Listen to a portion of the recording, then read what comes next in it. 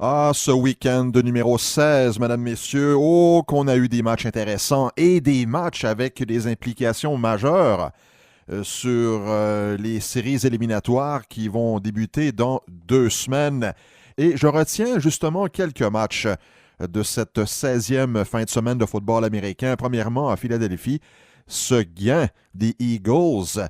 Et merci au batteur de précision Jake Elliott qui a scellé le gain pour les Eagles là, avec, il restait quoi, là, 2 secondes au match, victoire de 32-30.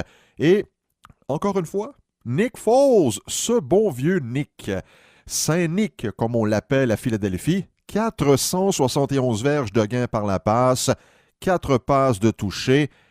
Écoutez, imaginez un instant si les Eagles se rendent en série. Qu'est-ce qui va devenir de Carson Wentz? On a beau dire que Wentz, c'est l'avenir. Mais Foles fait gagner l'équipe l'année dernière en série au Super Bowl cette année. 2 victoires là de suite et pas contre n'importe laquelle équipe. Là. La semaine dernière contre les Rams et cette semaine, dimanche, contre les Texans. 2 équipes de tête dans leur division. Alors, ouf! Oh là là! Alors, les Eagles à surveiller, mais ils auront besoin d'une autre victoire la semaine prochaine, jumelée à un revers des Vikings. À Foxborough, bien, on a entendu le bon vieux refrain, le bon vieux refrain du championnat de division, un 10e titre de suite pour les Patriots. C'est pas trop excitant. Faut bien l'avouer, là, Tom Brady n'a pas beaucoup de joueurs vers qui il peut se tourner pour lancer le ballon. Gronkowski a mal au dos, Edelman a mal aux pieds, Philip Dorsett et Chris Hogan, ce sont de bons joueurs, mais des 3e et 4e receveurs de passe. Alors, qu'est-ce qu'on fait? On court. 273 verges au sol dimanche.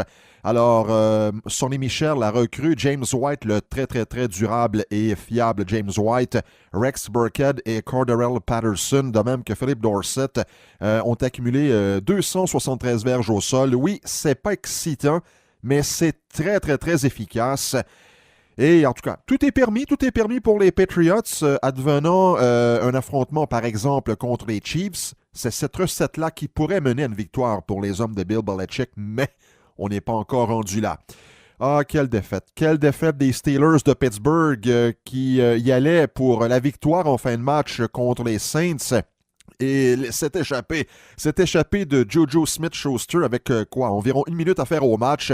Et victoire des Saints 31-28. Une défaite crève-cœur qui fait très mal. Et là, on se demande même si les Steelers vont faire les séries. En fait, la semaine prochaine, si les Ravens remportent leur match, ils seront des séries. Et les Steelers, eh bien, ça sera meilleure chance la prochaine fois. Et dans le match, selon moi, de la fin de semaine, c'était dimanche en soirée sur le réseau NBC. Victoire des Seahawks de Seattle, 38-31 contre les Chiefs de Kansas City. La défensive des Seahawks a été excellente, même si on a quand même concédé 31 points.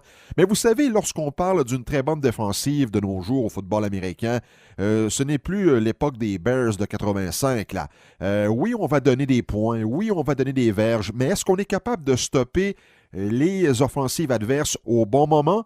Eh bien, la troupe de Pete Carroll a fait exactement cela dimanche. Alors, victoire de 31-38.